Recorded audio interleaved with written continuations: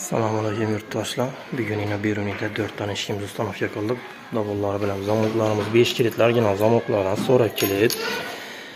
Yukarısına itibar verseniz 4-5 takip etip işlenge. Pesi ölmetip işlenge.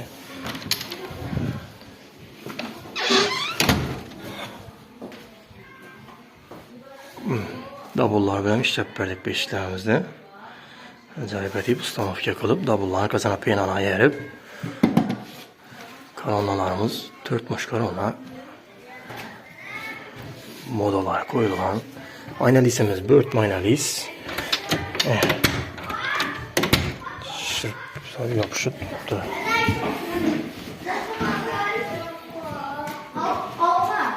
Aynalisimize itibar verseniz de 4 aynaliste xuda xolasa acayip edip işlep verdik. Kömüş simlerini yürütüp. Vallahi aynası varyantlarım var. Ustanovka kılamız hazır. Banda yine aynası varyantlarım var. Yine görürseniz ustalar yürüttürüyor mutatip. Siz nerseniz anlatıverin dedi. Üzerimizde de. Zamokumuz bir kişilik orijinal zamok. Yine. Zamoku yapıştırır yine. Üzerinde var böylese. Bu aynası varyantı. Buna davullar bilem işlep veriyemiz. Üzeriniz görüp baxa beraber Galagende oynadı. Karanlıqlardaki.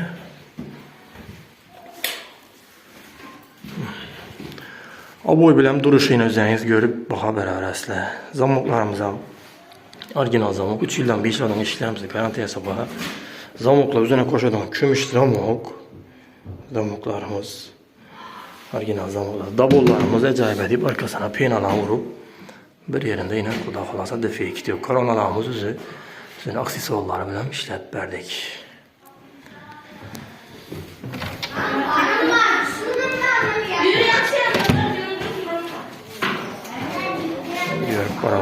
Kime şimdi işle gerek olsa 90'lık 649 16 işle numarlarımız. Şimdi işle gerek olsa bu yamada alakalı çıkıveresler.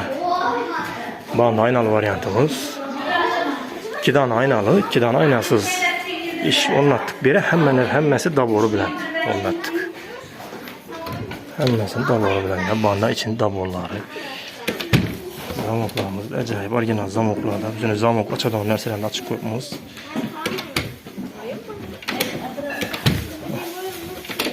Bir kişi yine parmakta. İşler yani durduğu yerinde durardı. Açık o yerinde koysak. Yok, bana